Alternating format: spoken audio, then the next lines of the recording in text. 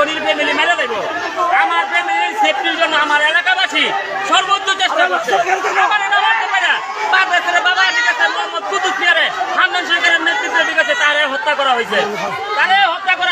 ওরা চায় ঠিক আছে আবুল বাজার ভাই নামে বেচা সর্বোচ্চ সন্ত্রাসী করার চেষ্টা করে। ঠিক আছে, আমি এটা প্রতিবাদ করাতে তারা আমার হত্যা করতে চায়। তারা মাদক ব্যবসা করে, পেন্সিলের ব্যবসা করে, মানুষের জায়গা দখল করে